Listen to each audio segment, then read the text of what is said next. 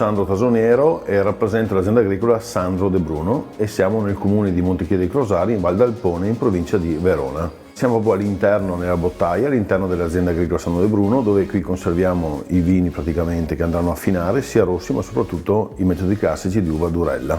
Abbiamo fatto questo progetto assieme al consorzio della Soave Montelissini Durello. Tramite il consorzio abbiamo praticamente cercato di andare a valorizzare quello che è il nostro territorio della Val d'Alpone, soprattutto nel Monte Calvarina. Le vigne dove sono piantate e affondano le radici su questi terreni danno vini unici e straordinari. Perché? Perché questo suolo è un suolo praticamente ricco di minerali e dà una certa impronta al vino, è un DNA marcatore dei nostri vini. È una cosa che hanno scoperto i nostri antichi, sapevano che in questi terreni usciva un vino meraviglioso, usciva un vino diverso, ma soprattutto anche un vino longevo e durevole. Abbiamo vini che possono durare 15-20 anni senza nessun problema. Questo è dato dal suolo. Il suolo ha questa particolarità di poter dare molta longevità a questi vini.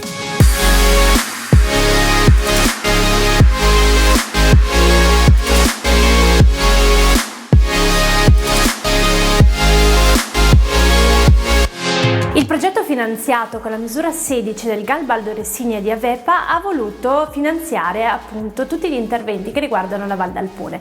Val d'Alpone che è stata nominata dalla FAO nel 2018 Patrimonio Agricolo dell'Umanità e che in questo momento è nella tentative list dell'UNESCO per quanto riguarda il suo patrimonio di rocce, flora e fauna del Cenozoico.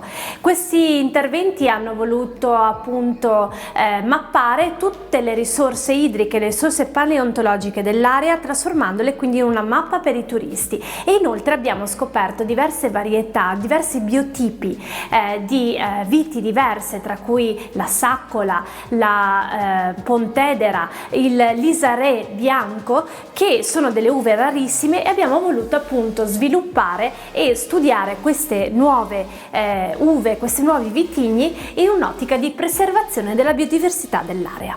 Una zona che ha grandissime possibilità che speriamo che possano essere viste da più persone possibili.